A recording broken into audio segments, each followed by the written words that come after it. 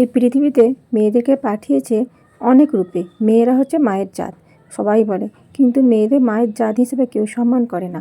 কেননা সম্মান পেলে মেয়েরা এত অবহেলিত বা বঞ্চিত হতো না। তো যাই হোক বন্ধুরা, তো মেয়েরা হচ্ছে কখনো মোম হতে পারে, কখনো প্রজাপতি হতে পারে, কখনো মাটির পুতুল হতে পারে, কখনো লোহা হতে পারে, সব কিছু হতে পারে। যে যেরকম করে ব্যবহার করবে সেরকমই হয়।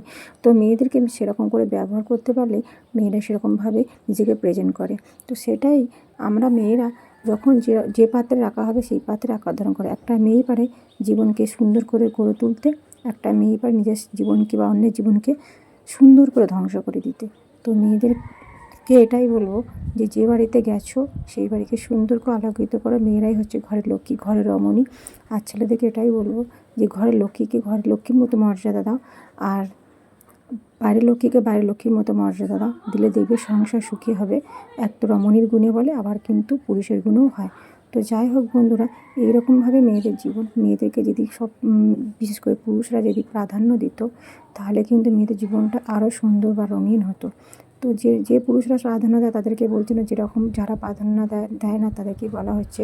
এই পৃথিবীতে 100%-এর মধ্যে 90% মানুষ প্রাধান্য দেয় না, হয়তো 10% দেয়।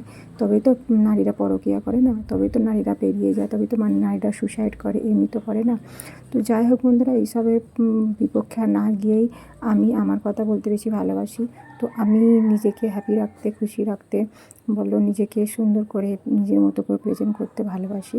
এরকমভাবে আমার দিন কাটে। আমি আমার মতো করে খুশি থাকতে ভালোবাসি। প্রতিটা মেয়েকেই বলবো এরকম করে তোমার মতো করে তুমি খুশি থাকো। লোকে কী বললো সেসব কথা কান দেনা। বাই।